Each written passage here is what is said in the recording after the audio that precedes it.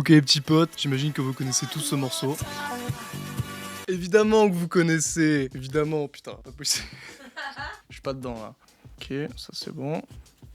Évidemment que vous le connaissez, on parle quand même de l'un des morceaux les plus connus au monde, et sûrement l'un des groupes les plus connus en France. Je parle évidemment de Daft Punk. Et le son dont on parle, c'est One More Time, sorti en 2000. Et maintenant les petits loustiques, on va jouer à un petit jeu. Je vais vous faire écouter un autre morceau, et vous allez me dire si vous voyez le lien.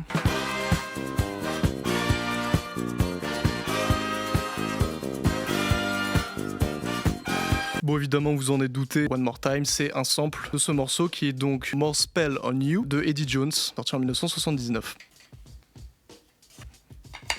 Et du coup, pour la petite anecdote absolument affreuse, c'est qu'on peut se demander, Eddie Jones, comment était sa carrière et surtout, est-ce que lui, il a touché des royalties. Déjà, faut savoir qu'en 1979, quand son album il sort, c'est une sorte de flop absolument dantesque. Vous pouvez vous dire, bon bah, au moins, il a touché des royalties sur One More Time des Daft Punk. Sauf qu'en fait, pas du tout. L'éditeur des Daft Punk, il a cherché pendant 20 années consécutives, Eddie Jones, et il a pas trouvé, pour la simple et bonne raison que Eddie Jones avait fait faillite, tout simplement, et était devenu une sorte de SDF qui errait dans les États-Unis. Et il n'a jamais touché les royalties qui s'élevait à plusieurs centaines de milliers d'euros.